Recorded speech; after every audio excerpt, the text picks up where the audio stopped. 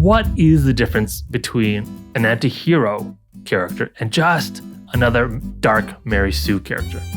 And one of the things that will be kind of your gateway emotion. Gateway emotions. Deeper, darker emotions. The anti-hero kind of thing, and not turn yourself edgelord, not turn yourself just like bad guy with a sheriff's badge is...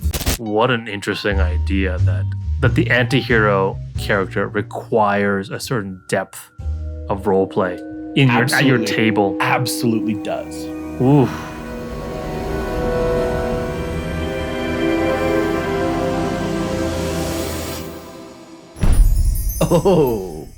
Oh. Yes. Hey, man. Hey, guys. I've been waiting for this. Oh, yeah? Yeah. Ooh. You feel it? You're a different kind of buyer. Yeah. My whole life. I've been training for this moment. Yeah. How do you train? Yeah. Guys. The dungeon master killed my mother. So I'm back for revenge. By doing his podcast? Yeah. He's never going to see it coming. Through the pipeline. No, I'll do this. I got to read the note. I've been training for a lifetime for this. All right. Show me your moves. Welcome back. We're glad you came. Are you, though? But it might be too late. As you know, the night is dark and full of terrors. Hope is hopelessly outnumbered. Good just isn't good enough. We're at our wits' end and just don't know who to turn to. Can you be serious? I've been training my whole life for this. I don't even care if I'm going to get destroyed. I'm going to go off. Exactly, yeah. You know, I didn't even say welcome to Caffeine Cantrips. I just jumped right into it because I've been training so hard for this. Lost my place. Edgelord Byron. It's the best Byron ever. Fear not, friends. There's only one that we can turn to. A fable. A legend. A demon formed in the same crucible as the ones who plague us. For only they can do what needs to be done in order to win. Today, we're not pulling back the curtain. We're diving behind it. No mask too scary, no layer too far from the light. Today we're learning all about the dark side of heroism, the anti-hero. So, turn out all the lights, lower your voice an octave. We're playing bad and flirting with darkness.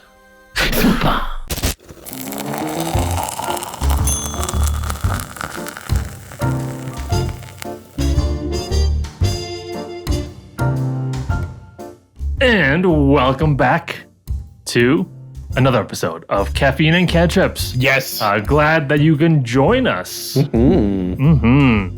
Why don't we talk about today's topic, which is anti-heroes. Yeah. Everybody's kind of favorite hero that they love to hate to love. They just love them mostly, I think. I think so.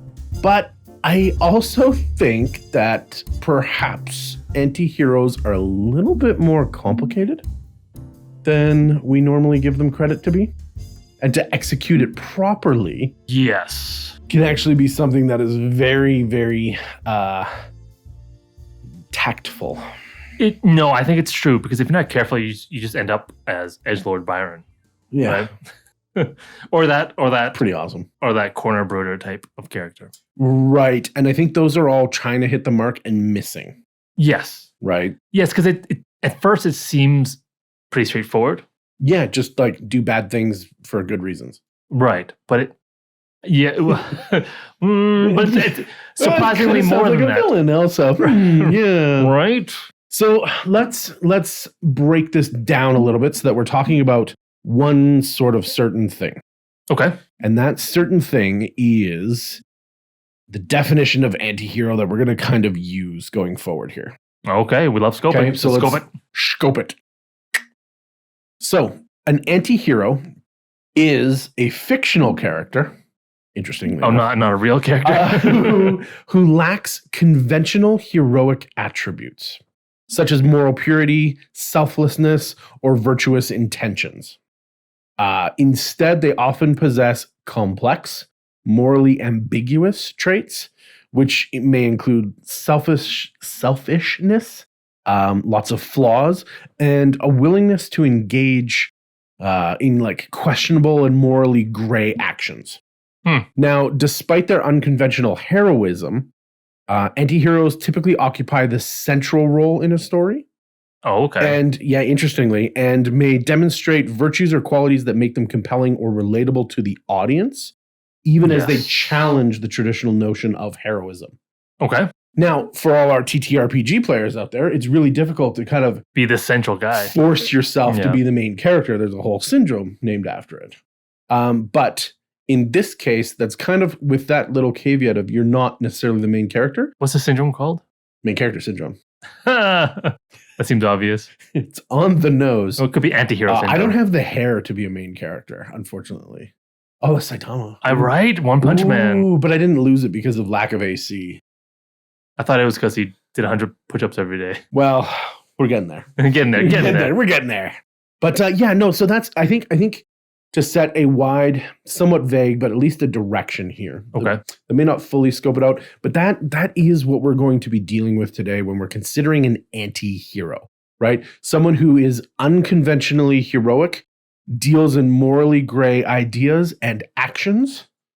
Okay. To accomplish their goals, and they have kind of flaws and things that they have to work on so that they become relatable. Okay. These are the key points in that definition. Mm-hmm. Okay. That's cool. Because it's interesting because we talk about antiheroes and like everyone loves a good antihero.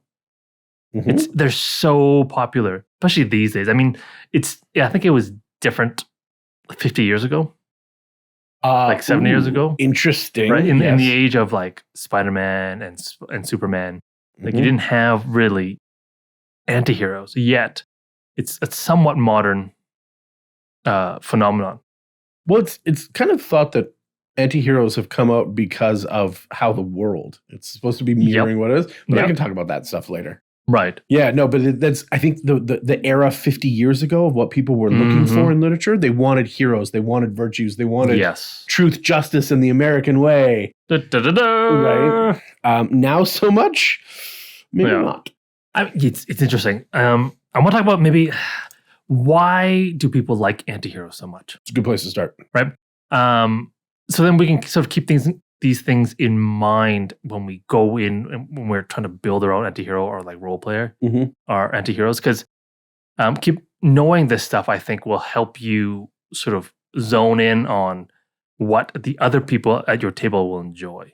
Just as role players, sure, we role play for ourselves, but a lot of it's role playing for the people at the table or people who are watching your show, if you're lucky enough to have watchers, right?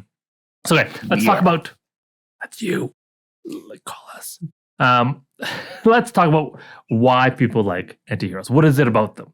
I think the first thing that really attracts people to antiheroes that, as opposed to the traditional Superman type hero, is their moral complexity, right? They have this moral ambiguity and they sort of face they represent these ethical dilemmas that almost all antiheroes sort of face. That is lacking in traditional heroes, I think. And sort of when you don't know what's right and wrong exactly, it allows the audience or the role player to sort of explore those complex ethical questions. I think maybe that's why they're more popular these days, because I feel like the morality of the world is a little more complex. Correct. Right? So antiheroes give us a chance to explore those sort of questions. And for us, we sort of know what that traditional hero is, right? And sort of what their story kind of is all about. Antiheroes are a little more mysterious. And I think they sort of lend to a more intellectually stimulating story, right? That sort of traditional heroes can't do in quite the same way. Okay. Right? Yeah. And I think also they are relatable to us, more relatable than the traditional heroes are these days. That fits the definition, right? Right. They have to be relatable. Right. All heroes need to be relatable, I think, in order to be effective. I think they're relatable, though, especially to people these days, because we know we aren't heroes. Right? You're definitely not a hero. Don't make that face. Right? We all have flaws and vulnerabilities. She sure does. And so they have those that makes them sort of relatable humans, right? As opposed to Superman, because he's not a human and he's not super relatable. Right. As a hero. Right? And that makes them more engaging because we can then connect with their struggles. Right? And we sort of see ourselves in them as they go through their adventures and as they sort of navigate their moral ambiguity. Because we ourselves, we're typically kind of morally ambiguous. So next, I think antiheroes specifically sort of have this sort of empathy-inducing motivations. Okay. Right? Like, for example, like, say, I don't know, an antihero whose mother got killed by the dungeon master and is tragic. Like, that's like all antiheroes. So this tragic, traumatic background, right? I think there's more than a few of us who have had the dungeon master kill off our mothers. Right. Yeah. And ourselves and all the versions of ourselves. But it induces empathy in a way that traditional heroes don't. Right? So we, by understanding those motivations behind their morally questionable actions, right? Like, yeah, they're doing bad things, but I understand why, right? And it sort of induces that empathy in us, and it sort of attracts us to that character. Right? And again, that builds connections, even though they're typically deeply flawed characters. Right? Again, we can see ourselves making the same kind of choices if we were in their shoes. Yes. Right? Yes. And I think maybe the next, I would say, they have really engaging storylines. They're not traditional storylines. I mean, they're getting more traditional these days because they're so prevalent. Right. All right. But sort of stories that are centered around anti-heroes, I think, often explore those themes of redemption, personal growth, and the consequences of your actions. Okay. Right? In a way that traditional heroes, not as much. Okay. Right? Is that a different story or is that a different aspect of the same story? Well, it's a different way of telling those stories. Okay. For sure. Because they're still heroes. Right. It's technically, yes. Right. But they're telling that story from a different perspective. Right? Sort of a darker, more broken perspective. Right? Which a lot of people can empathize with and relate to. Sure. Right. And I think these themes to the modern viewer is sort of emotionally engaging and thought-provoking.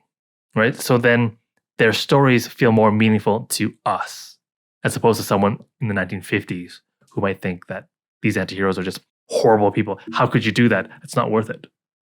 Right? Whereas to us morally ambiguous people, we're like, I can see myself having to make that choice. Right? So it's engaging, that storyline to us.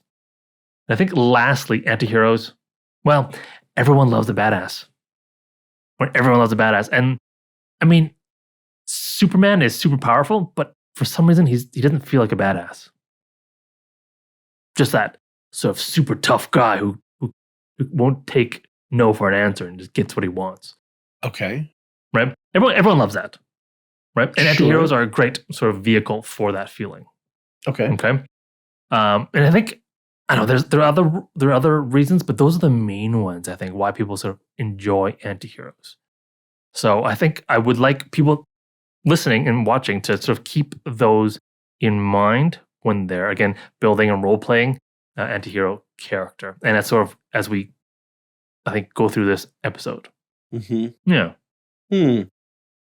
Interesting, because it's not necessarily about, like, as a viewer, you've probably played an anti-hero style character before, or you've tried to, or kind of played somebody who is willing to go a little bit farther than other characters that you've made or created in order to get things done. Right. And whether that's a selfish purpose or not.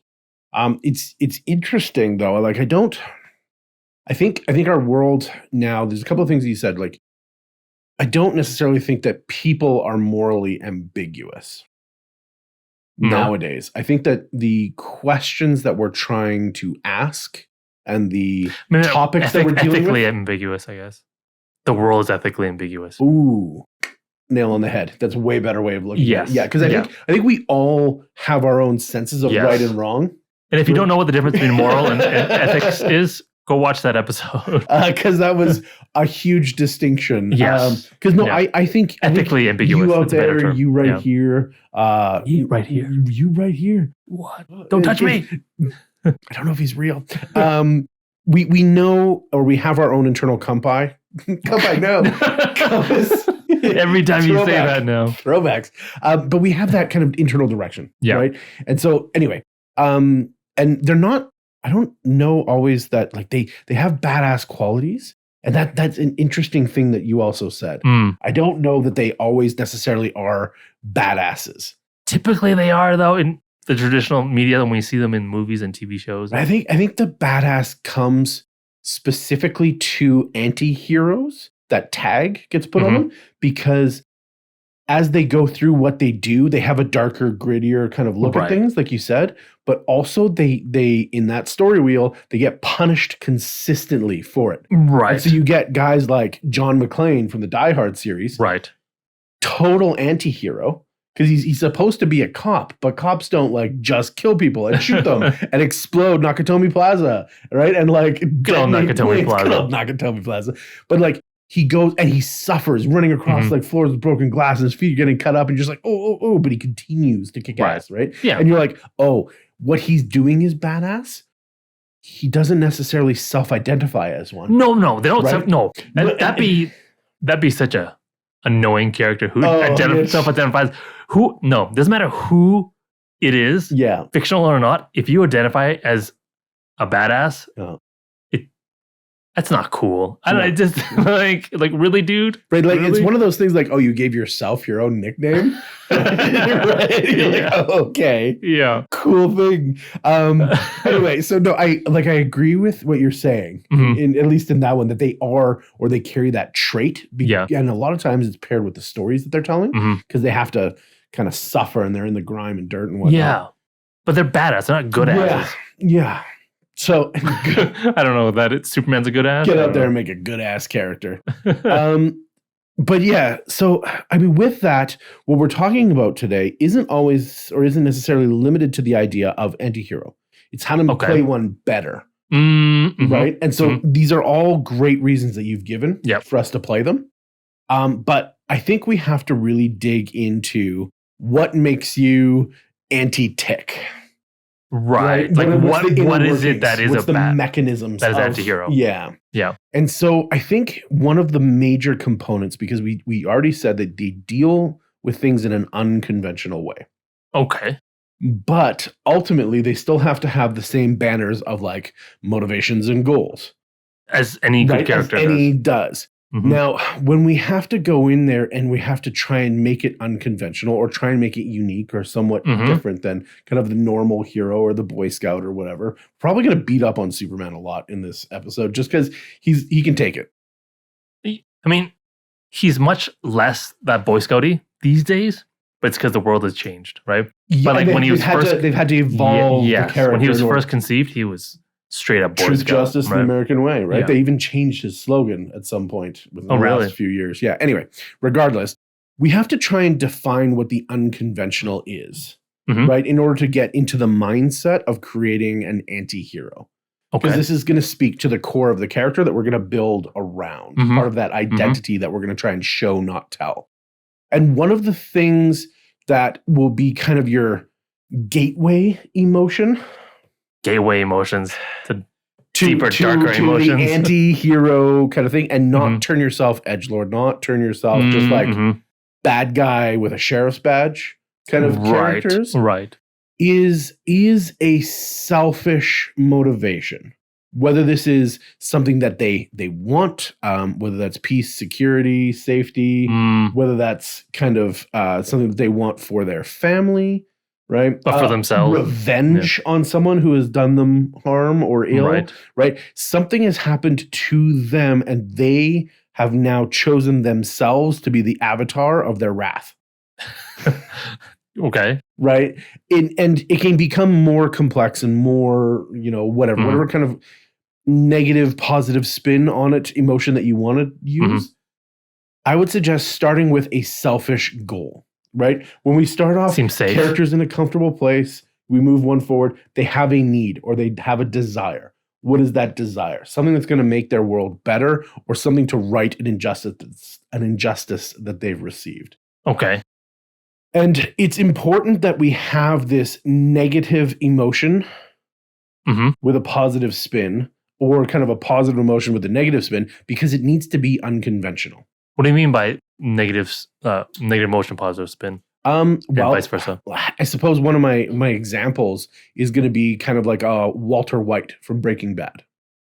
So whether you've watched it or not, kind of short version, he himself is suffering from something, and he has chosen a path that is technically illegal in order to make enough money to make his family safe and taken care of past his longevity or past beyond when he expires or supposed Spoilers. To.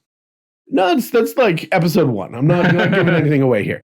But there is a good goal, right? I want to take care of my family. Right. I, selfish, want to take care of my family. My family needs money to be taken care of. I will do what I can do because I don't have to face long-term repercussion. Right, because I'm going to... As long as I die happy knowing that my family's taken care of. Everyone dies. Right? But I'm going to die knowing that my family's taken care of. Yeah. So that selfish statement is put to a good goal. Interesting. Okay. Right? And now he's going to go through an unconventional task because now I don't have to worry about long-term repercussions. So jail isn't necessarily a big thing for me. Right? I'm just going to die anyway. Right? So when we start looking at these unconventional ways of going about making it to that goal, right? This is where we're starting to make our anti-hero possible. Right? So you need to have that goal, you need to have that motivation. And like we're talking about here with Walter White, right? What the characters' alignment, morality, and moral ambiguity are all kind of this weird trifecta that form around the goal or motivation to make it so that they are an anti-hero. They're not just, like I said, an edgelord who just wants to like kill people and take their stuff, right? But he's like, I'm a hero because I'm supposed to be a hero. And you're like, well, you don't do anything heroic. Right. In fact, your hand is literally in my coin purse right now. Like, get out of here, stupid. Right. So this matters when we're trying to build, and whether you're doing it chaotic, character building like you do, or you do procedural building like I do, right? Figuring out the concept of the alignment that you're going for and how it relates to the anti-hero is going to be very important. Are they more lawful? Probably not. If they're going to be unconventional, right? So then we go, are they chaotic good? That kind of carte blanche to do whatever you want to do as long as it's in the name of good? Maybe. But don't go as far as to say, oh, that's what my character would do, as you burn down another orphanage, right? Like, it's you still have to be a hero, right? You still have to be good. Yeah, right, yeah. Coincidentally, neutral is also an interesting one, right? Where my morals are superior to your ethics, right? And so therefore I can do what I need to do because I know the good side of good. Right. You don't. And applying these can get really that's the difficult. selfishness right there. Yeah, right? Like all these I statements are very important when we're talking about the identity that we're trying to create. And this provides us as people in a morally complex world to go in and have a safe space to explore these ideas. Ethically complex world. In an ethically complex world, morally complex world too. Sometimes, I guess so, yeah. Right? This is a safe space for us to explore some of these ideas as long as we talk about it with our table mates to be like, this is where we're going. Is it okay? Yeah. Is it okay if I just cook 'Cause- drugs? Yeah. I need to In the get campaign? super coked up before we play so that I can embody my no, this is not okay. Now, this is I think the step that people have taken. This is roll initiative. Dude, we haven't even started yet. I'm rolling anyways.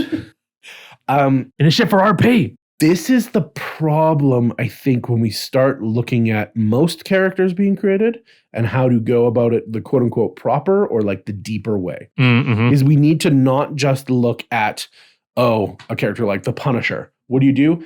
Any means necessary, punish the bad guys. Right. I was wounded. My family was taken from me. Mhm. Now I'm going to revisit those sins upon all the bad guys in the city, however possible. Right. Okay, that's super two-dimensional. Yep. Right? More depth is more interesting, right? So don't discount the fact that these I statements can lead to a much greater depth of vulnerability, of flaws, of kind of personal backstory that you need to lean into in order to be, quote unquote, a better anti-hero, right? Because you have to be, like we already said multiple times now, you have to be relatable. You have to have flaws. Yes. Right? There has to be a dark side to your dark side.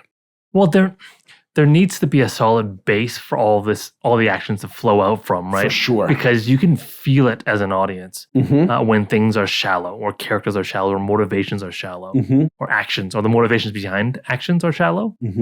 So if you need to set this stuff, you're right, well ahead of time. Well ahead in your concept, right, of where you're wanting to go. Yeah. Right, and whether your archetype is going to attempt to be like kind of the brooding loner that we talked about, the reformed villain, a reluctant hero. These are all kind of base archetypes that you could look at in order to kind of springboard into anti-hero. Okay. And, some characters that jump to mind, right? Obviously, Walter White. Rorschach from Watchmen is an excellent anti-hero. If you're questioning it, his goal and motivation was to uncover corruption in places of power, no matter the cost. Yeah. That was his goal. It does not matter how good your goal was. If you don't do it the right way, clean and virtuous, then it ain't worth it. Right. Right? Right. And it doesn't matter who I have to tear down in order to make sure that the world that we're trying to build is the good one. I will tear it all down. Right. Right. And there's a whole bunch of quotes to back that up. I don't have to go. Rorschach is a whole episode by himself. Love that guy. That movie's like 10 episodes. Maybe we'll do that. If you guys want us to like Caffeine and Cantrips. Oh man, that movie is so complex ethically and morally. Oh yeah. So great. Let us know. Let us know. Yeah. And then obviously our famous vengeance paladin that we like to bring up here and there. John Wick. John Wick. Love it. Love it, love it, love it. Right. And that's one of those key kind of reformed villains, right? Hitman for the mafia, finds his way out, is done a disservice. He done real dirty. They killed his dog. Yeah.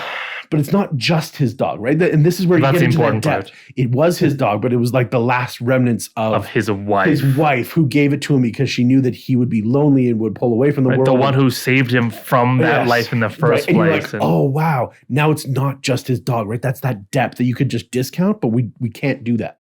We need to go deeper. That dog, what a symbol, eh? Like his last connection to like the normal world. Yes. Has been taken away. So he just falls right back in. Correct. It's correct. And it's epic. So good. So now, you mentioned this a little bit before, but the other kind of the next thing that you have to think about when you're trying to make a better anti-hero is character development. Okay. You cannot stagnate as an anti-hero or else your character becomes very boring long-term. Now, this might be a hot take. Feel free to jump on those keys and tell me, Byron, you're wrong. But if you don't have character development, if they aren't succeeding in their quest for vengeance, then they are just a bad guy. Right? If they don't have redeemable qualities, then why are we relating to them? Right. Because they're just another party's BBEG in waiting. Right? There has to be development. There has to be change, either in the comprehension of what it was that they were doing and or where they need to go. There's got to be something that happens throughout that. Yes. To either better understand it, or in the John Wick case, right? Like he found a woman that was good enough to bring him out of that life, right?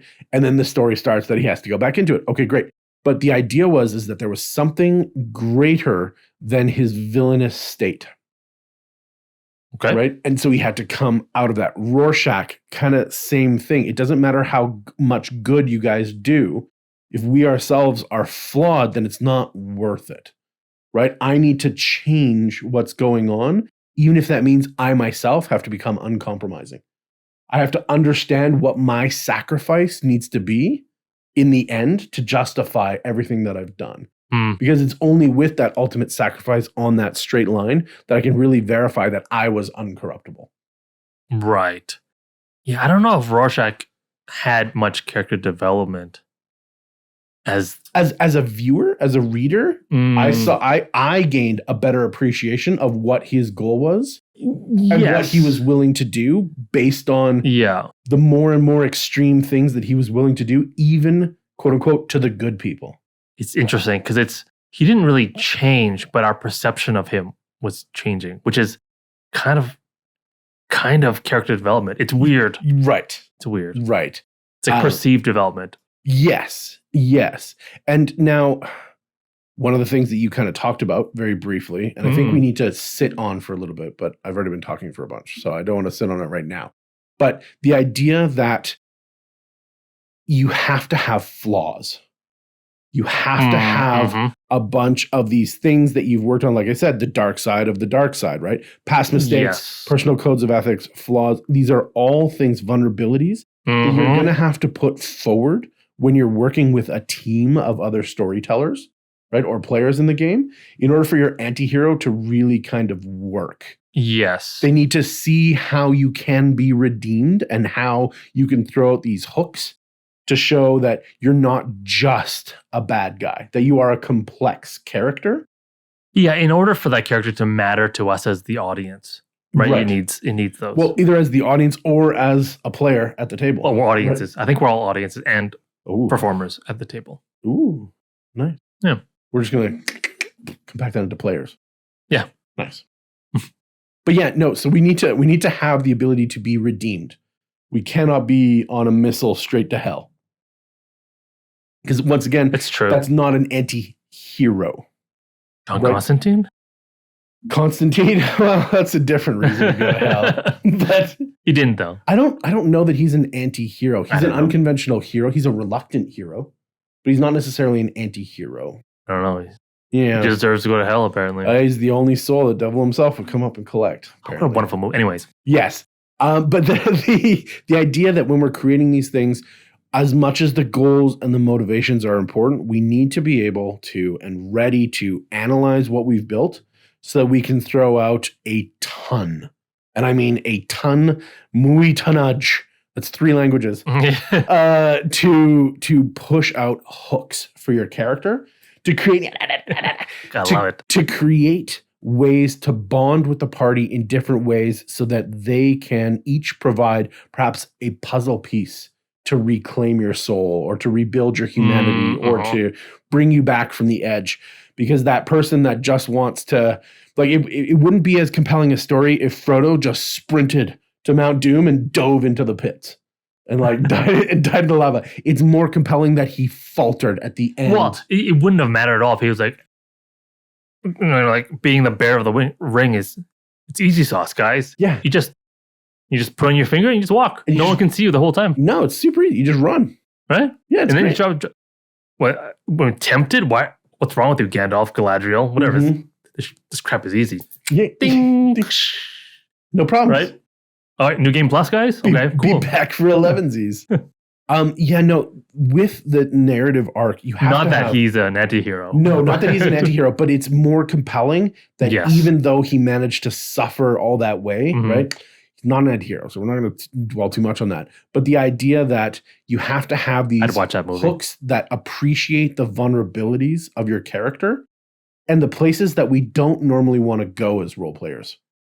Right. Or as people, right? Or as kind of, we don't like like to chill out in our uncomfortable places, in our mind, physically, whatever. Well, right? which is why it's so good to experience the antihero in media, because it takes us on that journey safely. Safely, right? Yeah.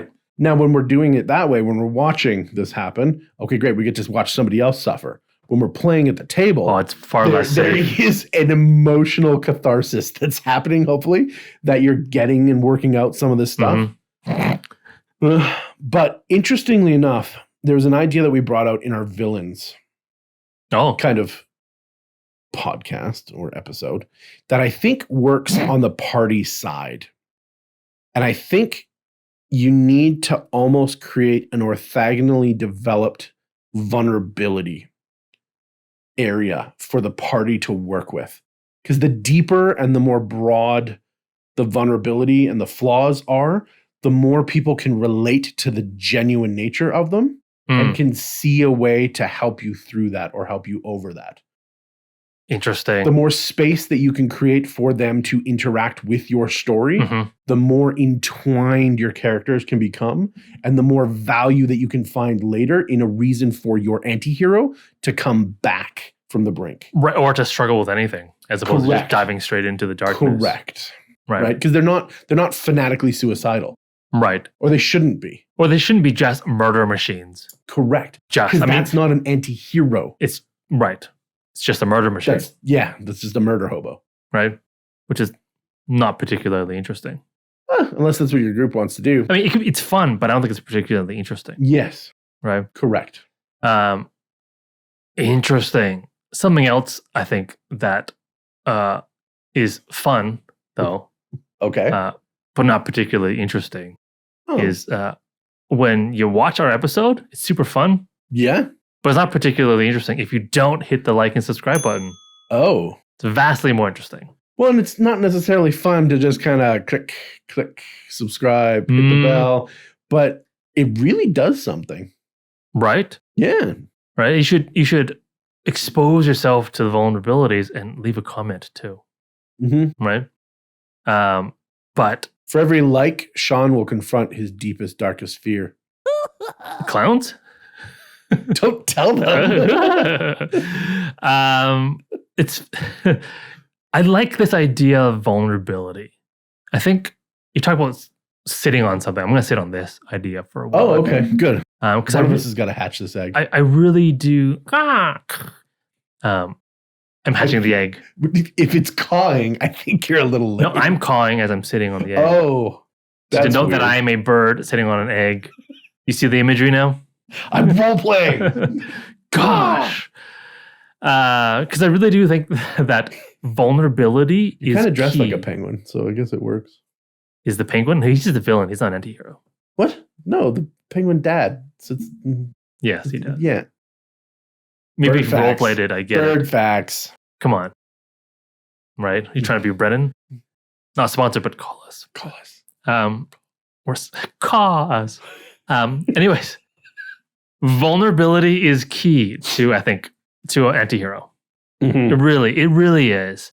Because what is the difference between an antihero character and just another like dark Mary Sue character?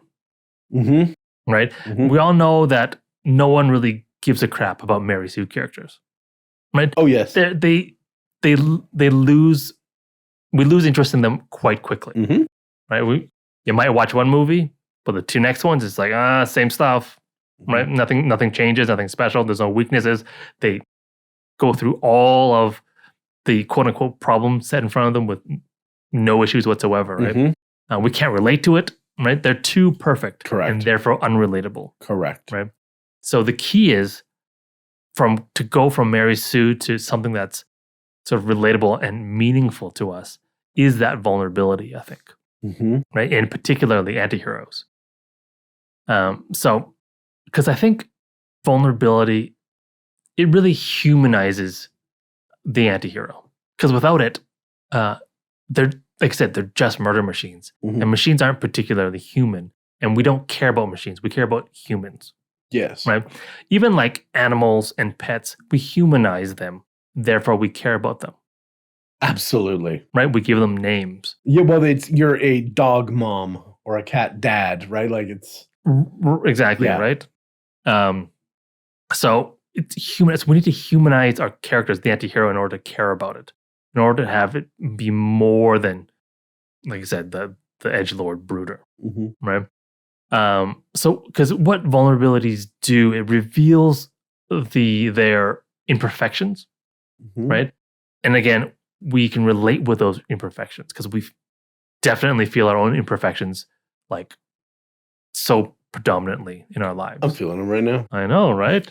All the time, 24 hours. Oh yeah. And it's essential, I think, this vulnerability to engaging the people at your table and anyone watching your stuff or experiencing your character on an emotional level, right? If you're just dungeon crawling, killing stuff, whatever, right? If that's what you're there for, cool, have fun, right? You don't even need a character personality or anything like that, right? You just need a class and a race and equipment and a D20.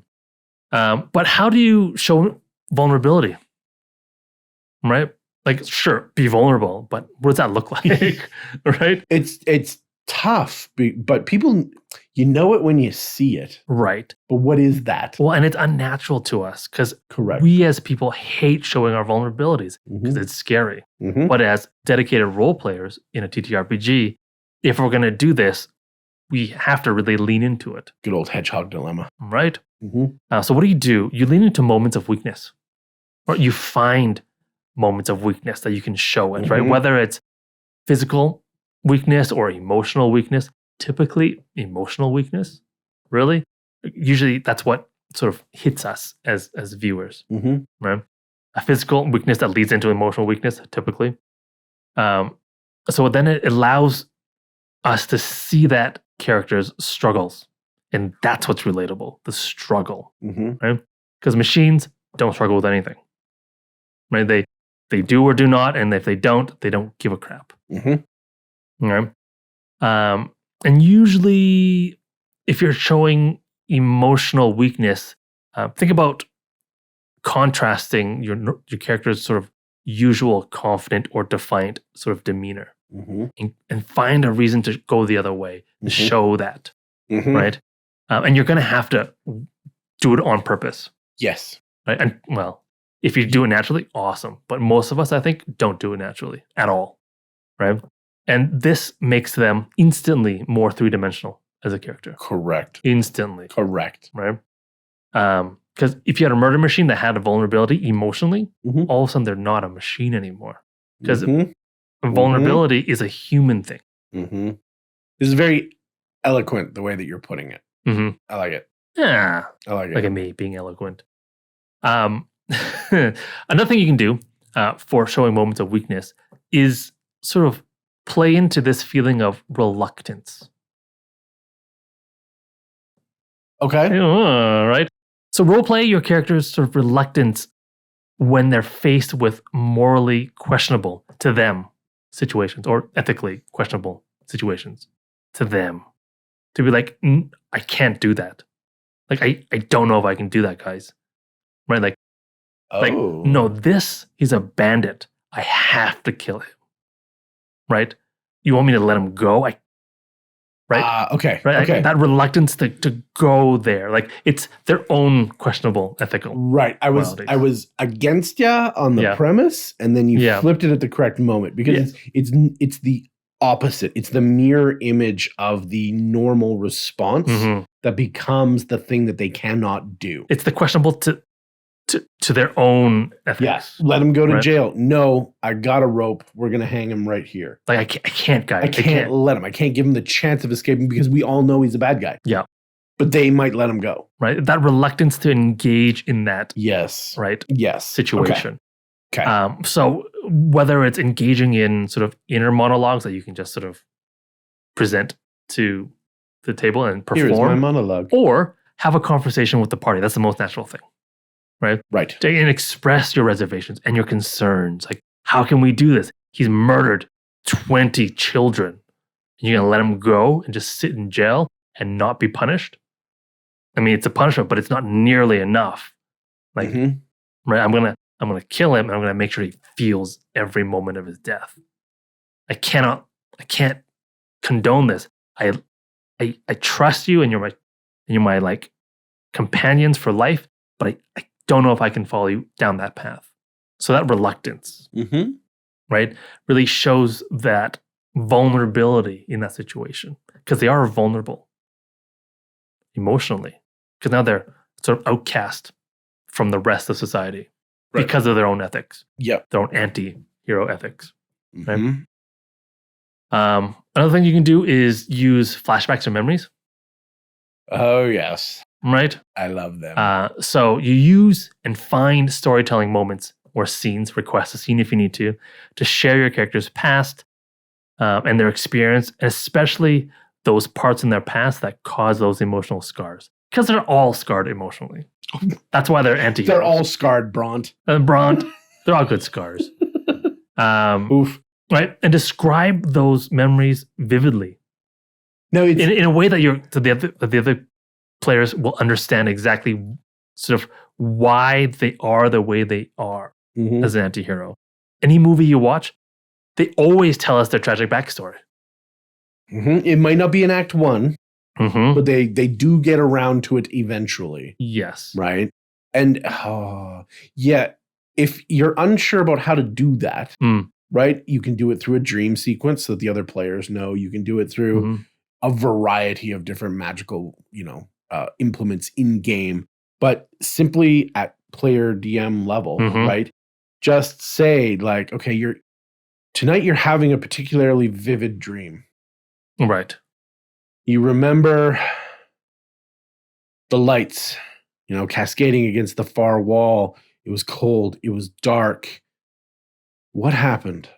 Right. And then you give it to the player, right? In a moment where you're looking at them like, this is your time to tell an important piece of the story. Yep. This is your time to show a little bit through that kind of conversation that is had to the players, so that the players can develop an understanding and then filter that down into their PCs as how they look, how they act, how they, right? And you don't have to fill it in, right? You remember that time where you were in a back alley and the player goes, yeah, and you go, and, right? And just you fill in the blank. And just feel free to prompt them with really, really special moments, right? Really open-ended questions to kind of negotiate out these things. And do it with everybody.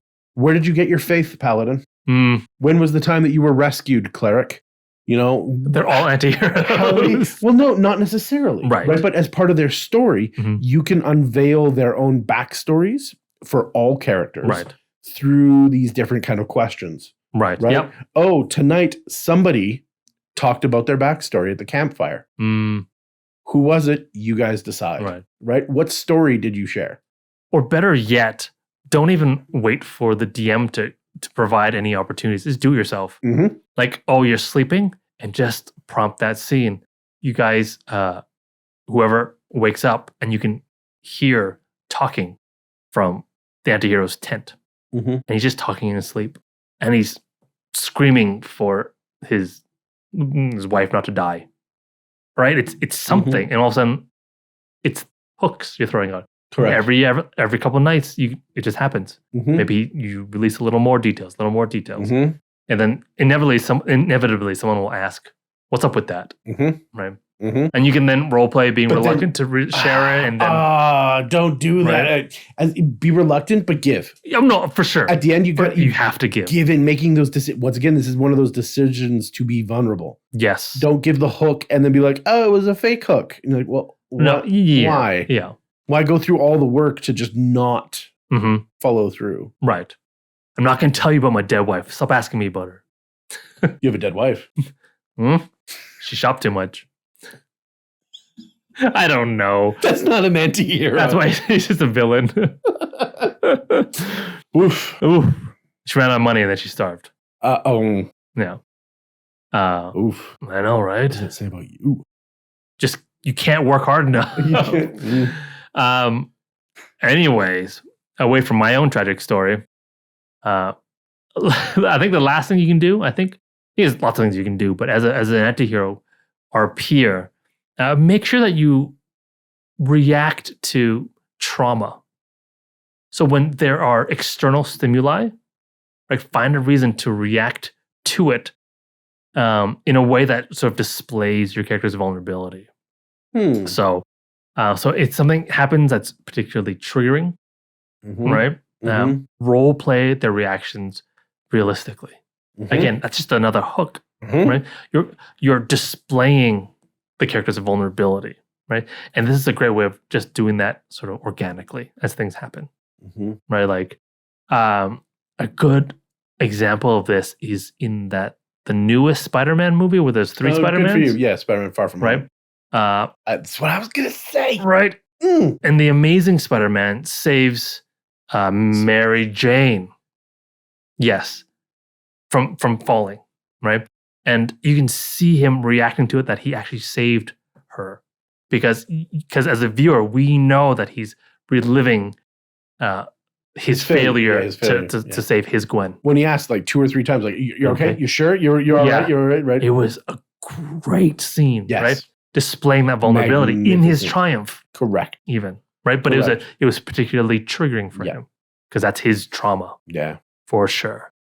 So think about those kind of things. Think about panic attacks, nightmares, lashing out, stuff like that. Any sort of outward signs and outward reactions to that stimuli. I think that's, if you think about these things, you'll have a good sort of start on how to display your vulnerability, how to communicate your vulnerabilities to the rest of the audience, your table mates. What a great way to do that is to conceive of what you would do and then do the opposite. Well, if you're not in the flow of your character, if you don't know how to be vulnerable, if you don't, right. My first thing would be is to have a night terror, scream out loud, say some name, and then people are like, "Who's that?" And you're like, "I don't know." And you're like, "That's it, right?" Like, no, I did something. Now I got to follow through on that. Right? Normally I would hide. I'd give you a little bit, and then I'd hide. I'd give you a little bit, and then hide. No, instead I give you a little bit, and then I give you some more. So what wouldn't I do? Exactly. Do that. Yeah. So and sometimes the best compass for that is, what is my first thought? Do the opposite, within reason, of course, of that first thought, right? Or go against that grain. Right. Whatever the knee jerk is to protect, to comfort yourself. No, be more vulnerable. Well, find a reason and a way to display that vulnerability, despite your character not wanting to display that vulnerability. Yeah. Right. Yeah. Working as a player, you want to work against that nature of your character. Right. It's interesting how in that way that you're not unified with the character. Very. As a player. Very. Yeah. That's an interesting dichotomy. And an unconventional way to play. Oh, anti-player. Anti-player. No, super cool. Super cool.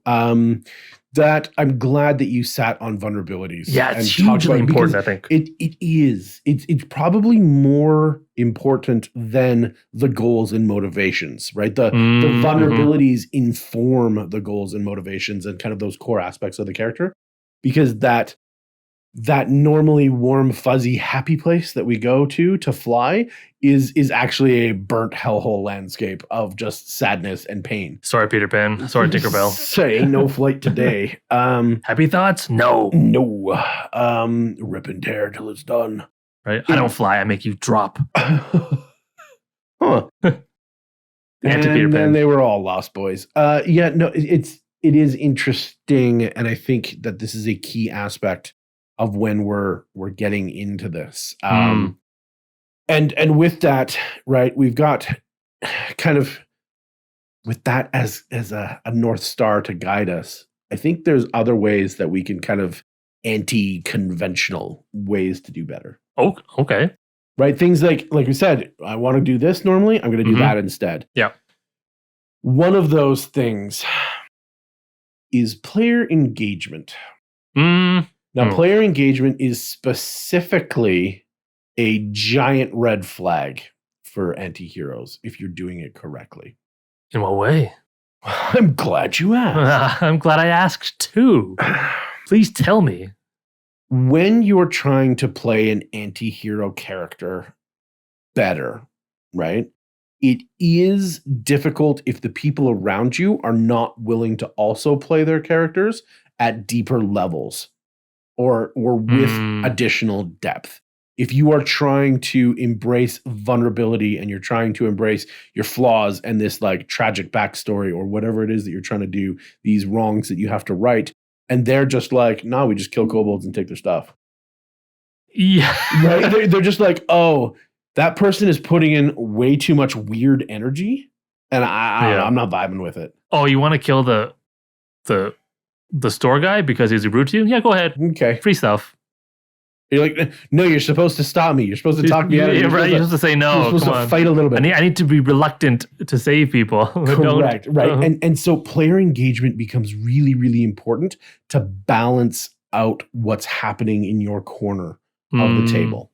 Okay. And this is why I said red flag, maybe that's the wrong color, but it is something to take orange flag. Of. Right. It's the I don't know what it is. The white flag, I don't know what it is. It's an attention, pay attention to this, because if we're not all playing the same game or the same level of game or trying to go deeper together, you can overwhelm stuff that's going on because you're doing too much or you're not matching the energy of the table, and your character will be pushed out before it can ever experience being in. What an interesting idea that the antihero character requires a certain depth of role play at your table. Absolutely does. Ooh. Okay. Right? And so that's why I said player engagement is super important. Yeah, I can see that. Because if people don't care about your flaws, don't care about your vulnerabilities, how are you going to save your character? You have to do it yourself. Mm-hmm. Okay, well then why is this character in that story if those characters are superfluous to this character's story? Right. I'll play something else because this character doesn't match. Mm-hmm. Mm-hmm. Right? Yeah, session 0, I guess. Session 0, so important, right? And so discussing what you're going to do, discussing the challenges that you're going to be presenting, seeing if people are up for this is really important, especially when you're going to say, look, I'm going to be playing a morally complex persona here. Right? This is not going to be single facet. This is going to be difficult for me to play. I'm going to have problems in my intention, in my clarity, in all of these things that I'm working on, and it's not just a single kind of thing moving forward. Please work with me. I cannot do this alone. And I'm not going to pretend like I can for this format. If I'm writing a book, I can go write all the anti-heroes I want. I can create everything I want to support that, whatever. But for this, I need your help to make this work awesome. Yeah, right? Yep. And with that, here comes the other big problem, because you kind of touched on it a little bit. I'm all naysay right now. Ooh, is my mic hot? So hot. I'm going to call this the assumption of moral absolutist high ground. It's a lot of the hoity-toity highfalutin concept. Essentially what this boils down to is I can't let the child murderer go. And the rest of the group says, don't be stupid. We're letting him go. Right. That's the king. Right. Because we have to let him go. I stole from this guy who steals from poor people. Don't do that. Don't steal. Well, no, but I'm trying to engage you on a complex idea here. Right. It's easier to assume this moral absolutist high ground of just what is good and what is not good. It's easy for us as humans, easy for us playing characters that are generally heroes, lawful goody two-shoes, whatever you want to call them, right? To just be like, no. It's so easy to engage in the lack of engagement, right? It's so easy to shut things down when you're trying to create this depth and interest. And I don't have that space to create anything because every single time I try and do something unconventionally heroic, once again, putting in quotations for our audio listeners, if it gets shut down, then why am I an anti-hero if I can't do things unconventionally? It's like it's almost a sub point for that player engagement that you're talking about, right? Correct. The other players and the DM need to make that room for your character to explore those ambiguous concepts. And I don't want, and I internally it grates me. Hot take moment. I hate it when players are like, oh, we're going to do something naughty. Paladin, can you go buy some apples from the apple cart down the street? Oh, yeah. Can you go do that? Can you just get out of here. So we can make this easy mode and we can just all agree to do bad things without our arbiter of truth and law here. Well, because that's just playing the game and not role playing. Correct. Again. Correct. It's taking the easy road out. And so this kind of thing will happen when your character says, I need to do this.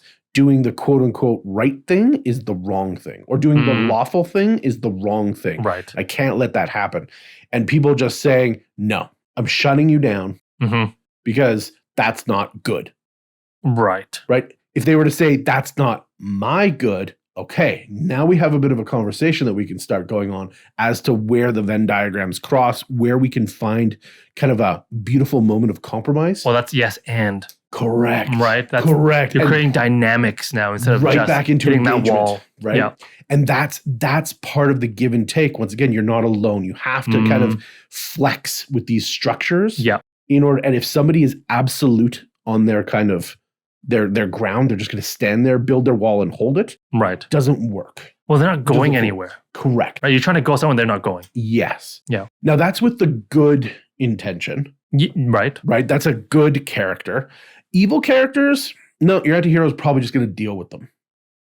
Because an evil character is doing things that are going to set off your anti-hero. It's going to remind him of the evil sins, punishments, whatever that they've received unjustly, and they're probably going to act on it. And so having an anti-hero and an evil character in the same group, and I mean properly evil, not just like, oh, I charge my tenants too much for rent. Right? Like, no, when I see someone drop their wallet, I don't return it to them.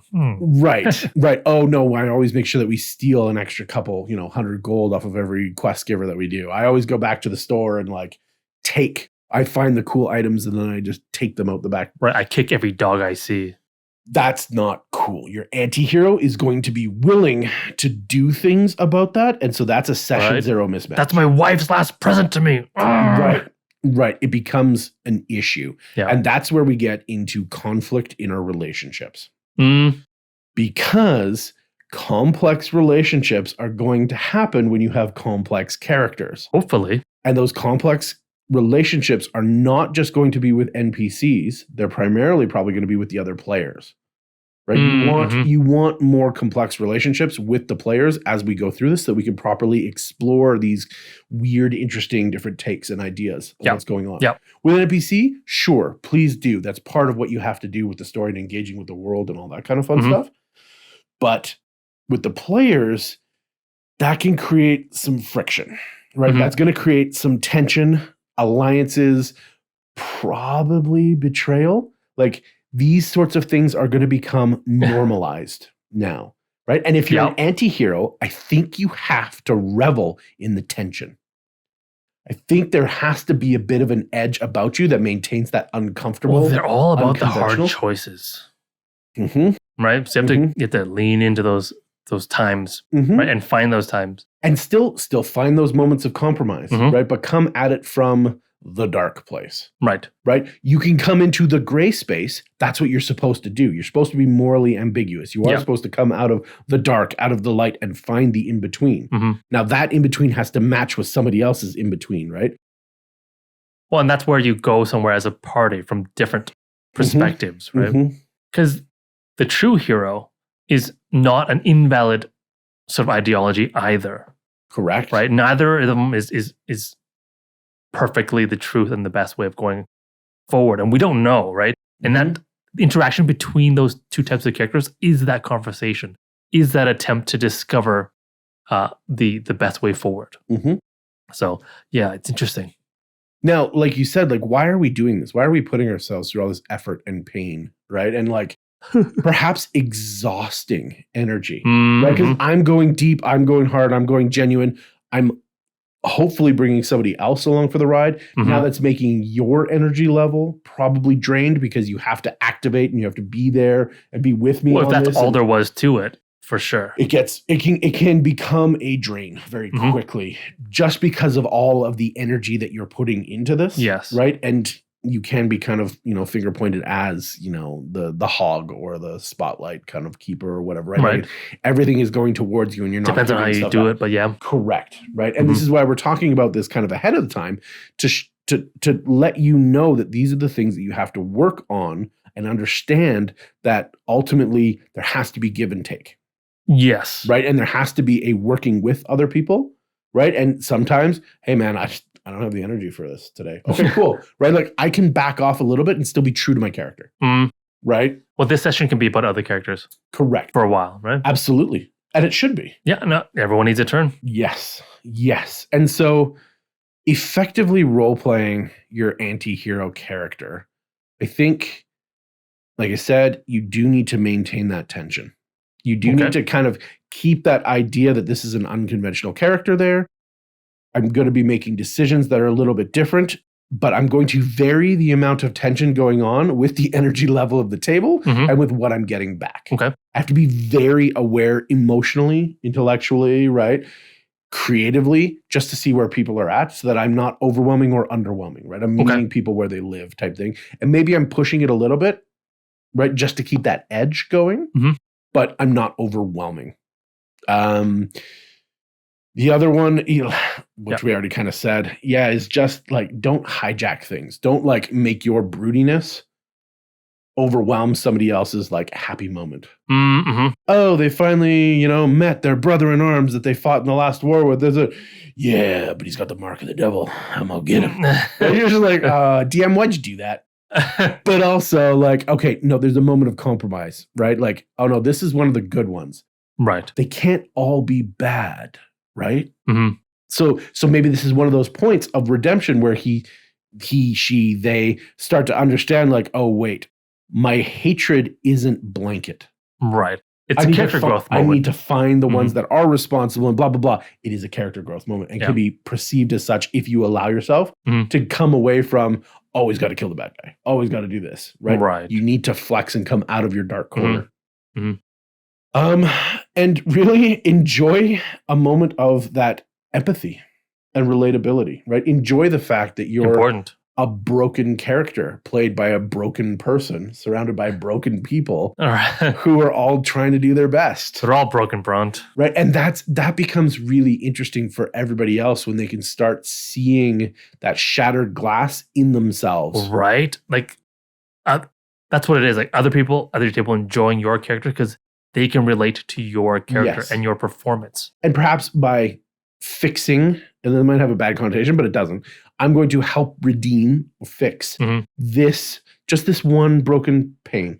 Right. That's it. And by doing that for heal it, I can heal my own trauma. I can heal my own pain. I can fix part of my own character's backstory, part of my real life story, whatever is going on.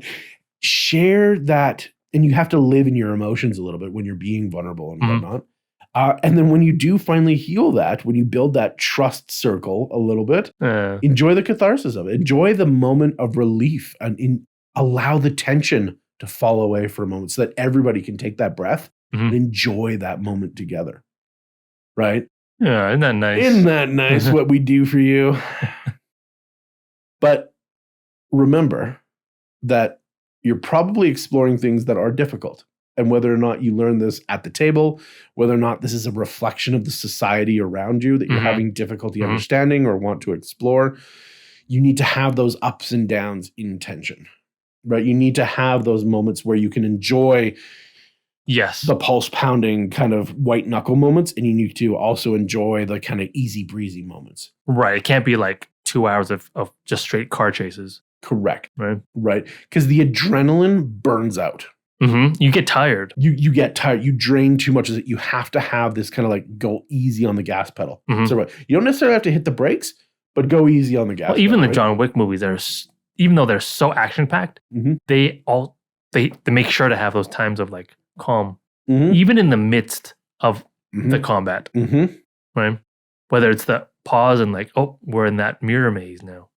Just for a moment, it quiets down a little bit. Yep. And then it goes in again. Yeah. Right. Just gives you a chance to breathe. Yeah, it's important. Yeah. And before that, when he goes to the party, right? Everybody's dancing, great music. He's having this wonderful, like intense conversation, which has a separate sort of tension to it, but it's intrigue, it's mystery. There's a history between the two characters. Or your favorite Sicario scene. Right. It's so quiet for so long. I love it. But it's It's not just quiet, So but, right? intense. And then it finishes, and you see the character shaking, having a smoke. And then Right? you have that catharsis And too. you're though. like, oh, me too. Me too. I need a smoke, Yeah. right? And you're just Yeah. like, I can relate to what's happening now because I'm feeling the same thing because you informed me how it was supposed to feel. Yes. Right. And so now I can enjoy that. I need a bathroom break as well, right? Like I need to just like, woo, that was great section. Do that. Allow that. Don't be scared. You know what else you shouldn't be scared of? I know what you shouldn't be scared of. Well, it's only 3 clicks to banish the monsters. Right? Yeah.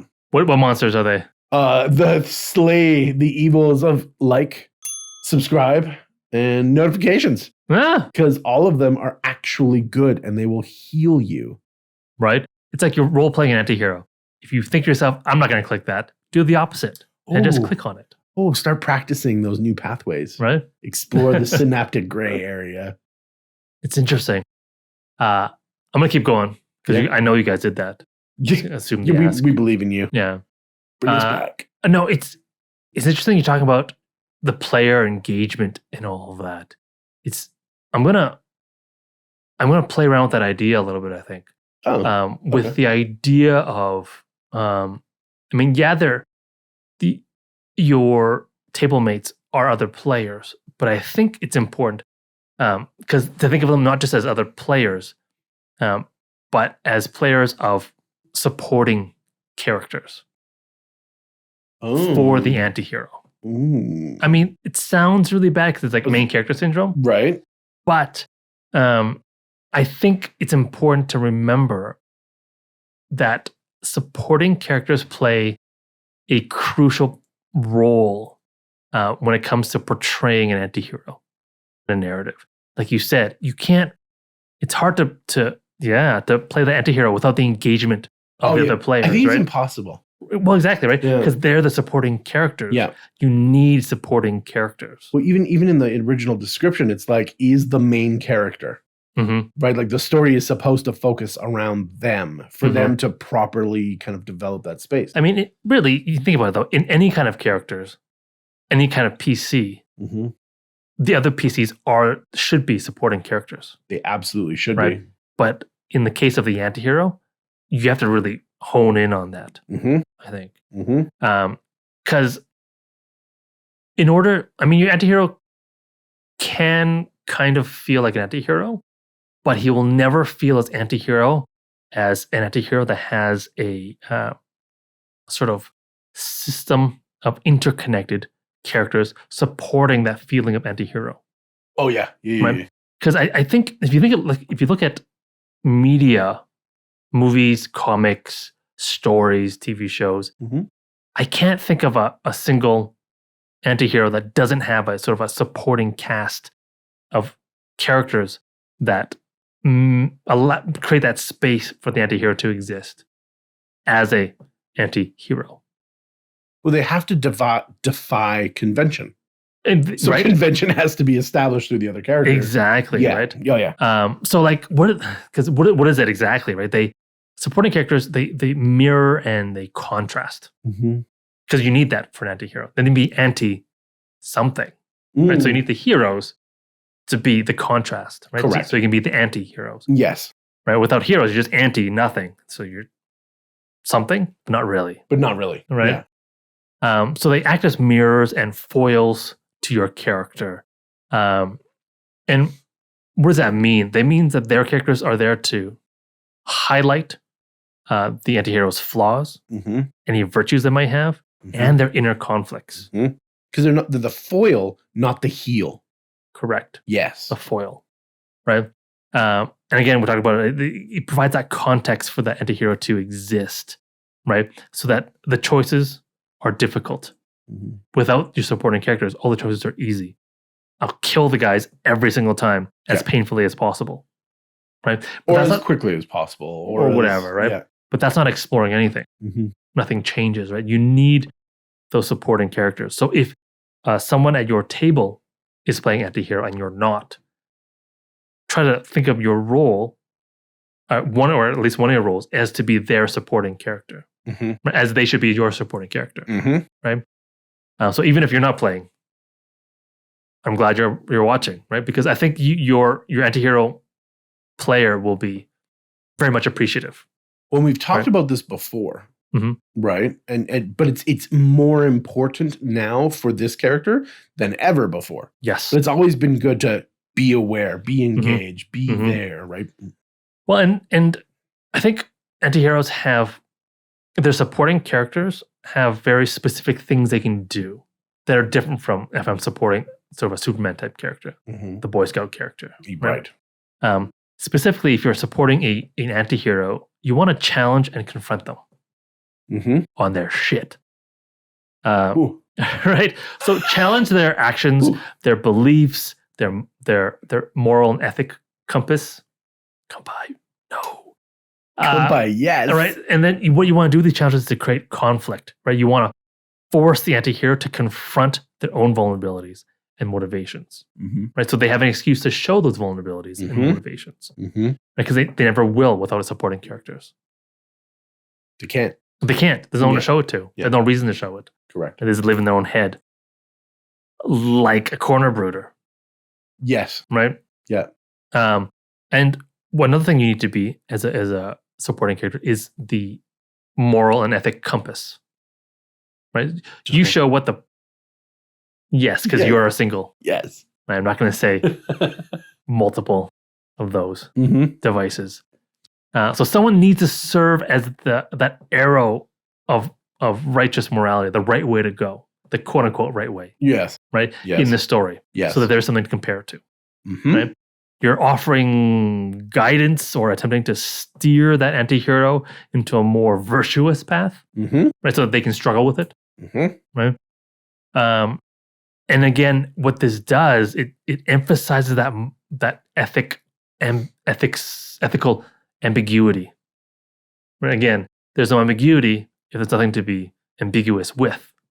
Right? Right. If it's a single thing, Right. there's no ambiguity at all. Yep. Right? So think about Alfred to the Batman, Winston to John Wick. Right? You can't just kill people. There's rules here. We do it a certain way. Winston was the hotel? The hotel, the Continental owner, Okay. in whatever city is in New York. Anyways, whatever. Right? There's rules. There's ways we do this, John. You can't do it. Mhm. Right? And then you've got that, all of a sudden, that moment where he's struggling to kill that guy he wanted to kill the whole time in the Continental Hotel, even though it's against the rules. Winston's like, don't kill him. Oh, this is the second one. Yeah. Yeah, there's no work Spoilers. in the hotel. Right? And then it makes John's following actions all the more poignant. Mm-hmm. That choice all the more difficult Mm-hmm. and significant. And significant. Right? Yeah. Without Winston there, it wouldn't have No. meant nearly as much. No. You're there for emphasizing backstory and motivations, right? Now, this may not be the PCs. It could be, right? But supporting characters can be tied to an antihero's past, Mhm. right? They can provide sort of insight into the backstories, right? And the why they became the way they became. Mhm. And they can explain sort of the roots of the behavior of the antihero. And I want you to think as a DM. Oh. Think Okay. about the role of a villain or a main antagonist as a supporting character Mm-hmm. to the antihero, Mm-hmm. right? You're there to emphasize the antihero-ness of that character, Mm-hmm. right? So keep this in mind when you're designing mini bosses or even your BBEG, Mm-hmm. right? Because definitely, say Joker to the Batman is definitely a BBEG. That very much explains his backstory. Did Joker kill his parents? No. Depends. It depends on the movie. Yeah, it depends on the iteration. Yes. Anyways, right? So there's that, right? DM, you can also be a supporting character through the NPCs and the villains and so forth. Oh, yes. You can be multiple supporting characters. I was gonna say yeah. All right. Maybe not as you have many more chances, but those chances tend to be more diluted, except for those specific cases. Be brutal. Be yeah. brutal, right? You can be Brutal. very focused and concentrated with your Right. with your actions as a DM. Yeah. Yeah. So yeah, Or with supporting. your NPCs rather. So where do they come from? For sure, those supporting characters. Where do they come from? For sure. The PCs, Yep. players, NPCs, DM, Yeah. right? But again, like we talked about before, session 0, you got to work this out with them beforehand, Mm-hmm. right at the beginning, Mm-hmm. like character creation and all that kind of stuff, Mhm. right? Ooh, I feel a web coming on. All right. And speaking of character creation, though, we talk about this. Yeah. I think in the past. I don't know what you're episodes. about to say, but Of course, we talk about everything. That's why. yeah. What you want to do? What would be a great idea to help you DM out when it comes to NPCs? Is at character creation, create those 3 sort of archetypes of NPCs in your backstory, right? Mhm. One positive one neutral to your character, and as many negative NPCs as you want, Yes. right? And then in that way, the DM has something to work with already when it comes comes to supporting characters for your antihero. Well, and think of like a mid kind of timeline Arya Stark, right? Who has learned kind of some of the ways of the faceless man, blah, blah, blah, because she has a history and she already has her list. Yes. Right. And so like, hey, DM, here is the list. Mm-hmm. Right. These are all important people that I'll let you build out who or what they are as part of the organization that is part of the BBG, is not, whatever. But this is my character's hit list. These are their goals, all written out, clear as day. And here's 99 negative NPCs, right? And a non-supporting character ain't one. I got 99 negative NPCs. Wow, and an elf ain't one. Yeah, no, do share the load, as they say, right? Like, wow, blast from the past. But it's important. Like, hey, I really want this in-depth thing. I'm willing to put in the work to help you do the work. Help you, help me. You help me. Okay, great. Like, all right. I'll develop the personalities. You develop how they look, PC. How they roleplay, how they sound, how they... Right? Like, maybe not how they sound, but you tell me how they look. You build, because your character knows them. I'm going to tell you how they sound. Yeah. You just cause a lot. Yeah, this one only speaks in mouse breath. No, he's learned some other languages. No, DM. No. You got the 99 NPCs, and I'm not going to roleplay one. I'm not going to roleplay one. Oh my god, that whole empire fell under the waves. Sploop. Yeah, help them. Take the help action and work together, right? And this is not just a session 0 type thing. Then, if you're building this out and you want to create this rich tapestry to ground your character in this world, what better way to do it, right? Than to actually get involved and do it. Yeah. Right. And no, it's could be a lot of work. Sounds like a lot of fun. It's a lot of fun. I guarantee. It's a lot of fun. But I think you guys have sort of probably by this point understood that antiheroes are a lot of work to do well. More work than the average PC. More work. And I think maybe, just maybe, you might be playing an antihero in one of your campaigns right now. Right now. Right. What are you doing watching us? Aren't you mid-campaign? Engage. Focus. Come on. But like and subscribe before you turn it off.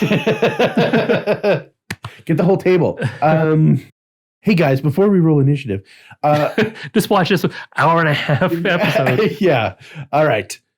I think to round this up, because I do like to focus on aiming a little bit better, or in this case, deeper, and kind of extending out what is going on. If you are currently playing an antihero and it's not a future thing, if it's a now thing for you, maybe you're having some issues that you're finding difficulty. And I think we could troubleshoot some of that for you. Okay. To help you in the now with some practical like application and advice on how to maybe make this work a little better. All right, lube me up. Ready for some info? Number 1, remember, right? Like friction can be exhausting. Well, that's why you need to lube. That's why we need to lube it up. We need to get some information in there. And that lube is what's some friction between friends? Yeah, what's a little friction between friends? Hey, yeah. The middle spoon is the best spoon. You went there. So Communication is important. Having player-to-player conversations across the board, session 0+1s, whatever you want to do, right? To make sure that everybody's on board. This is going to be considered the baseline of what you have already done to try and correct some of these issues. If you haven't done that yet, feel free to do like a mid-campaign session 0. Yeah. A session 0 update, right? Yep. Just make sure that everybody's, and it doesn't have to be huge. It doesn't have to be hours and hours, right? It can be 5 minutes at the beginning of the episode, right? Absolutely. Just have a chat or schedule it. Hey guys, next episode, I really want to talk about some stuff. Doesn't have to be a meeting with minutes or whatever, but like let's work on stuff because I'm noticing some things and I want the game to be more fun, to be better, to be whatever. Yeah. So if you might find a conflict arising when the players feel a presence of the antihero is disrupting the direction of the campaign. Okay. Right? This would be a misalignment of expectations about what the characters are each bringing to the table. Like what does that look like? Well, that's what it looks like. Is it feels like the players are having an issue because what the antihero wants to do seems to be disrupting what the rest of the party wants to do. Right. So there's a divergence in kind of where they want to go, where the players want to go. And I think the root cause is because there is a misunderstanding of the expectations for either the tone or the style or what's happening. And some people want the more traditional hero, white knight, heroic story. Right. Some people prefer darker, more morally ambiguous. Looking at you, antihero. Right. Maybe the shining knight doesn't know how to play with the morally ambiguous. Right. Maybe you guys have to talk about it. Right. And that could be creating the friction of always like, you just want to burn down the house. Well, why would we go in the basement to fight the monster? Like, no, I know burning down the house would work, but we can't do that. Why are we always fighting about how we get stuff done? Right. Right. That's kind of that divergence. That's kind of one of those things is get out there and talk about that. Say, okay, I'm seeing that our characters are having trouble deciding on which way they're going. Right. Yep. No. I was just thinking like, yeah, you keep stealing from all the rich merchants. Why do you keep doing that? I'm a rich merchant. Like it's giving me bad reputation. Like that's not cool, right? Yeah. Well, because I'm giving it to the local poor kids. Yeah. But yeah, I don't want that. Right. I'll make money and then I'll give some to the kids. No, you're a rich merchant and you deserve to be. Yeah, you deserve to be robbed from. And okay.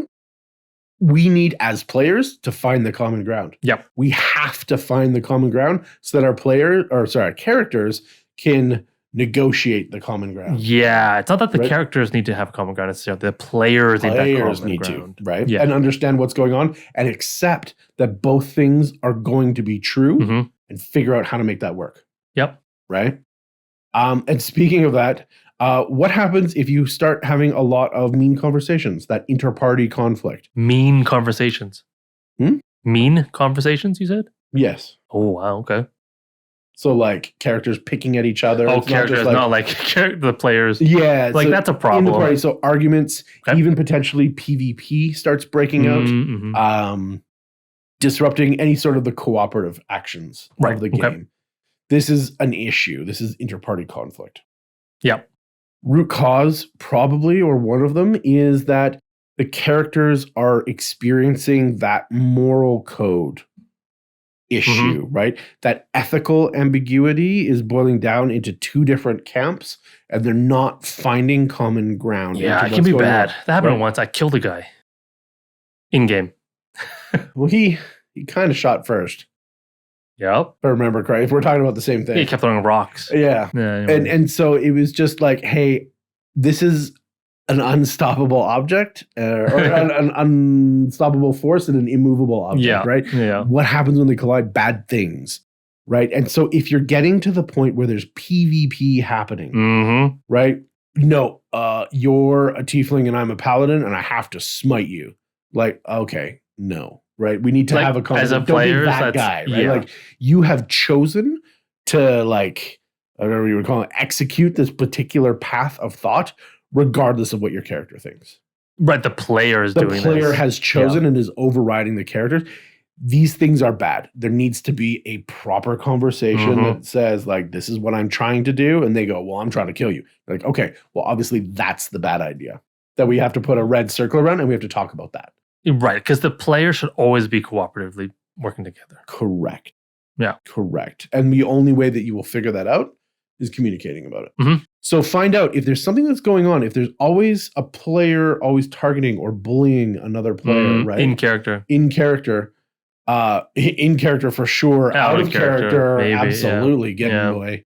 Talk about it. Even if you're not part of that, it's probably not fun unless you have checked in with them and you're like, are you still having fun? You're like, oh yeah, we talked about this. This is so good. One day I'm going to get the upper hand and it's going to be so great. And you guys are all going to see how this story is cool. You're like, oh, okay. You planned it out. We're telling a story. Don't worry about it. Right? Okay, great. I have checked in, right? Everything is okay. If I'm one of those two people that's in the conflict, right? Checking in with the other person, checking in with the people around. Like, is this also kind of distressing to you playing this game? And you're like, yeah, I don't like watching you guys do this. Oh, okay, cool. Because I don't like feeling it. Right. I think we need to have a session 0 again, right? Very important. Once again, these kind of PC conflicts start to boil up into the players, and that's where it gets dangerous and toxic and all these sorts of things, right? What's another kind of symptom that we can talk about? Players feel like one character's actions are becoming disruptive or excessive, leading to in and out of game disagreements. Okay. So this is no, he killed 20 kids. We got to let him go. No, we can't let him go, right? Like straight up disagreement that turns into an argument and Doritos get thrown. Shout out Doritos. Right? Players may not have agreed. This is the kind of the root. We have not agreed or understood that there's going to be the inclusion of a proper anti-hero character, right? To the extent that they're going to deviate from the normalcy of good. Right. They're still aiming at good. They're just bending that bullet into the taking a different path. Correct. Right. And if your characters are unwilling to go there, that's that moral absolutist high ground. Right. Then your character isn't real. Because every character has wibbly wobbly bits. Right. We all have those soft parts. That, right. Like we said, it's a vulnerability generally. Right. But we need to find that as players to come together. Yes. I think that's kind of one of the harder ones, as well as getting off our own high horses and having a real conversation about these things. Session 0 solves so much. It does, but it's Session 0 is an easy way to say it. Just like, oh, anti-heroes are cool. But like you have to do your Session 0. And you have to talk about the right things. Yes. Yeah. Right? Write down your ideas, right? Write down the things that are issues. Write down what's going on so that you can present them calmly, passionately. And together come up with a good game plan. Come up with it. And maybe come up with solutions ahead of time, right? Show that forethought so that everybody else can be like, oh, they actually care. This isn't just like a negligent thing. Talked about this a little bit before, but let's go back to it because you could be experiencing it right now. Imbalancing in role-playing intensity. Intensity! Can lead to kind of a dissonance in the party. And kind of the overall immersion. One player is going too hard, too soft, right? This is that player engagement that we talked about before, right? Super important. Different players have different levels of how they're playing the game. Maybe they're new and they are trying to experience the game and you're going full moral dilemma at them and they're just like, whoa, bro, I don't even know what a D6 is. Or conversely, you could also be like both intermediate advanced players, but you're at different parts in your stories, right? I am more emotionally cognizant in real life, and so I'm more emotionally cognizant in the game. You are more logically competent, let's call it. Sure. In real life, and so you're more logical in the game. And we find that there's a dissonance in how we approach things, right? Okay. Let's make sure that we're on the same road, make sure we're going in the same direction, same wavelength. We can talk about these things and talk about how we're getting to this, but also understand that person at the table that is happy tear crying and the person who's sitting next to them checking what's going on Twitter are not engaging in the game at the same level. Yeah. Right? And this can cause issues. Oh, I just bore my soul out. And you just asked me, what'd you say? Like I had a 5-minute monologue. Yeah. What was that? Just watch this cat video for a second. Yeah. Oh, I feel better. Thanks. Right? Like, it's important. It's important to find that same wavelength. And if you need to stop being as intense, come back up for a breath of fresh air, right? And then help people come to that level of depth and intrigue and immersion and whatnot. Or maybe, hey, this table just can't go there for whatever reason, right? Or isn't willing to, doesn't want to, is uncomfortable to. Okay, cool. Now you know to kind of back off on that so that you don't become disappointed, so that you don't become burnt out. Right. Right. And giving and giving and giving and not getting back. And it becomes into one of those crit crab stories. Crabs in the bucket? Kind of. No, okay. Yeah. It's another one. Antiheroes. Oh, yeah. Antiheroes can create discomfort. So this would be like a symptom. Again, discomfort, offense, breakdown of trust in players based on characters' actions because boundaries are being crossed. Oh, like real life player boundaries. Well, now this is veils and lines. Of course, these are our safety tools. But even just like, you know what? I'm really not uncomfortable to the amount of detail that you go into when we're fighting blank. Right. Right? Like, I know that the game is about defeating monsters and stuff, but there's a little too much going on here. Right. I don't need to hear descriptions of the blood per se. Right. Right. And the gushing and the squelching and the casting patterns. And I don't want to hear their screams of terror and pain. Right. Like how do you want to do this? Shouldn't be 5 pages long. Right. I mean, unless that's what you guys want. Right, but this is a problem. We're assuming that this is a problem, not this is a bug, not a perk or a feature. Thank you. Yes. So how do we get around that is, right, we got to go back. We got to make sure what is acceptable, what is comfortable in the game, what we have all agreed to, what is okay, and things that are morally reprehensible, that may be acceptable by the Antihero standard, the PC. We can have mini fade to blacks on what they're doing there, and the other players can react appropriately, genuinely, but the players can be saved from the gratuitous nature of what's going on. He comes out of the torture chamber. You don't get to see what's inside, but he comes out and he's messed up. Yeah. Right? Yeah.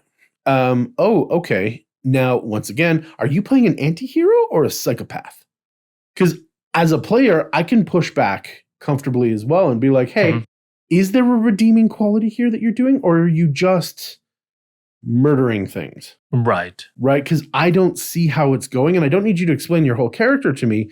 But I, as a player, want to understand how to be a supporting character. Right. Give me more hooks or something. Right? And with this, I don't know what I'm doing. I don't know how to engage with this because all of this is considered wrong by my PC. And I, as a player, need to give them something to interact with your PC. Right. So help me help you. Yeah. Right. What's my out here? Yes. Right? Yeah. How do I not engage in PvP? Because that's what I feel like he would do, but I need an excuse for him not to. Help me out. Yeah. Or it's just, whether it's not PvP, it's just like, I don't feel comfortable traveling with this guy. Oh, yeah, that too. Right? Because somebody says the wrong thing and is he going to turn on us? You're all liars. I don't want to hang out with you guys. Right? Oh boy. Right. That can hurt your party real quick. Yeah. And I think probably one of the last things is like that anti-hero kind of level of intensity and whatnot can make other people feel marginalized or overshadowed when they're dealing with their own stories, leading to what they perceive as an imbalance of like time in the spotlight or like main character syndrome. Or main character syndrome, right? Obviously, anti-heroes can steal the spotlight. They can, even though we're relishing in the fact that, oh, this guy's a badass and this is awesome. And what they're doing is super cool and they're doing flips and cutting necks and blah, blah, blah. Okay. Like, let's also understand that you are a part of the team. Right? Give back, right? If you want to take control of a moment, make sure that you are a prime supporting character in 2 others. Right? Like because Antihero, your character is also a supporting character. Yes, absolutely. So if you can do that, I give twice as much as I take. I think everybody will feel good, right? I think everybody will kind of get the impression that, well, yes, when you have the spotlight, you do these crazy cool things and we enjoy it and all that stuff, but we still feel like we have our own story time too. Right. Right. And that's probably one of like one of the most kind of pure nuggets I think I could give is just like give more than you receive. Yeah, that's good advice. As always, it's just great life advice from Caffeine and Cantrips, guys. Yes. Okay. Yeah. So, but no, I think like as just kind of like a troubleshooting, anti-FAQ that it could I like it. help. Hopefully help some of the stuff that you're experiencing right now. Because this has been a super dense conversation that I think if you're playing an Antihero and you can see some of the depth that was kind of beyond your initial perspective or beyond what you were looking at before, hopefully this will help you create a far more engaging, interesting character that other people will want to kind of play with and engage with. Or like, I try to make one, but it didn't feel as cool as I thought he would be. Right. Or she would be, right? Just like turn into like a martial badass. Yeah. Which is awesome. But not what I was looking for. But I wanted more story. I wanted more complexity, more emotion. I wanted that feeling. I don't know how to get it. Yeah. Yeah. And that's probably the vulnerabilities. Probably. Yeah. Yeah. That's the one that's hardest for us, the most unnatural for us to build and to display. Correct. So, yeah. Oh man. It was a great talk, actually. I really enjoyed it. It was interesting. It is. I mean, it makes me want to play an Antihero character. It's so fun because I love talking about building characters and character creation and stuff. I love talking about villains and stuff. So to bring villains and heroes together. Into this compromised, into this anti-hero ball of murder rage.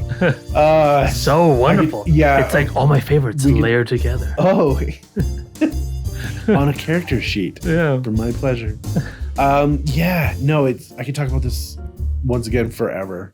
You've done it for an hour and 40 minutes already. So. I got another 2 in the tank easy. Right? Yeah.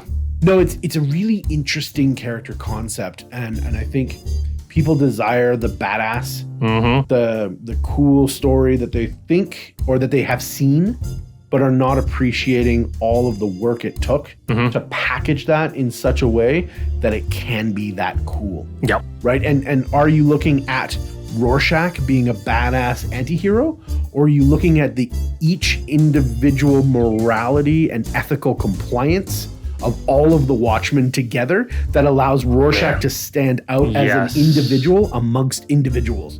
Right? You can't have Rorschach without the comedian. Well, because they're all heroes, quote unquote heroes. Quote unquote heroes. Right? But they each path is so different. Oh, yeah. And that's the point of that movie. Yes. Right?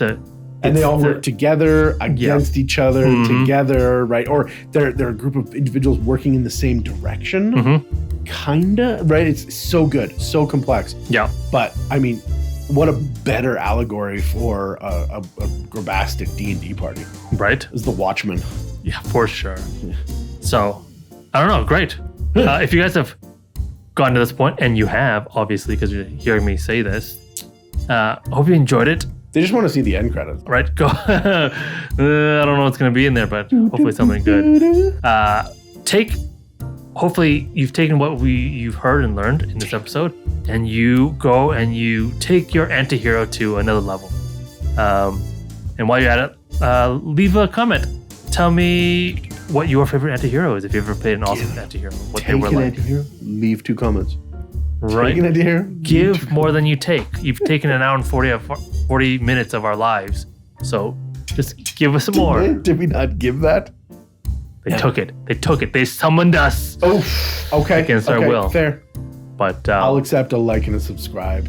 As a recompense. Yes. For that. But hopefully you guys enjoyed it. We absolutely enjoyed it. I did at least. But this has been Caffeine and Cantrips.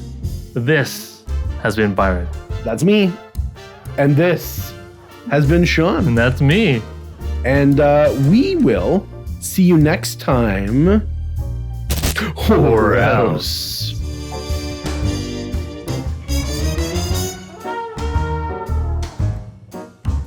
Turn down for or else what? Bop-a-da-bop-bop. Oh, wow. That's a crazy opening for our podcast. Crazy. Turn down for what? Is it? Do you bring him to the end? Turn down for what?